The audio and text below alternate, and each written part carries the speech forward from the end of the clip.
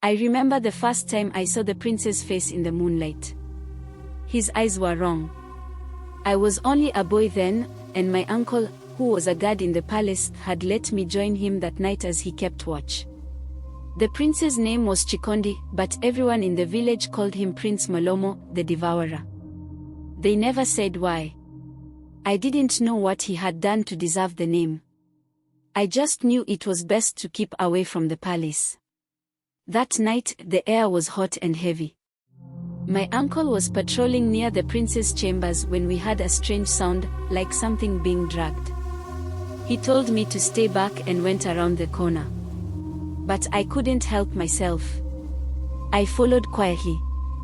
That's when I saw the prince. He was dragging a body, the girl, young like me, dressed in bright, beaded clothing.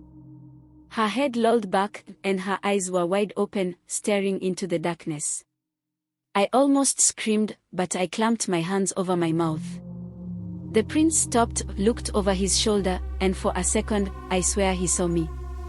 I stumbled back, my heart pounding, and my uncle grabbed me, pulling me into the shadows. He whispered, "Don't make a sound. Don't move." We stayed like that, crouched in the dark, while the prince dragged the body into a small hut behind the palace. My uncle told me that no one ever went inside that hut, not even the other guards. It was forbidden. Later, my uncle explained that Prince Chikondi was cursed. His hunger wasn't like ours. It was deeper. He had tried to control it when he was younger, but the older he got, the more it took hold of him. Every few nights, the villagers would hear the cries of another missing person, and we all knew where they were going.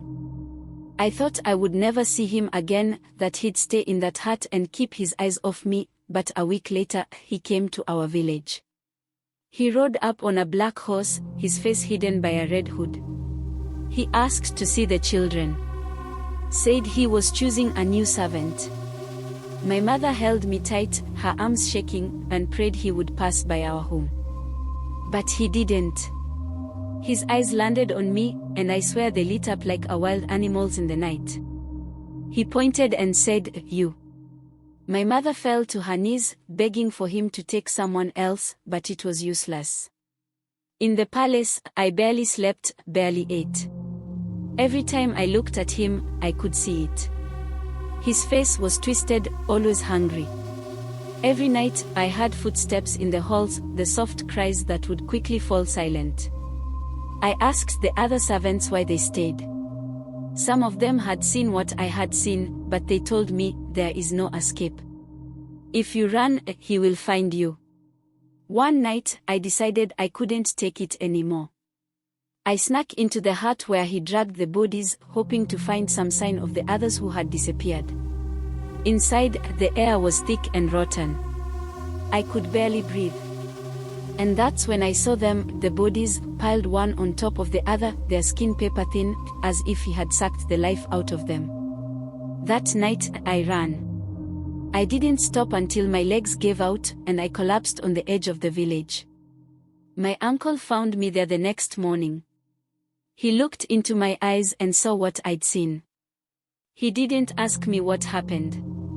He just took me in his arms and told me never to speak of the prince again. They say Prince Malomo is still out there, his hunger as fierce as ever. And sometimes, when the moon is high, I see those same eyes in my dreams, watching, waiting. And I know he remembers me.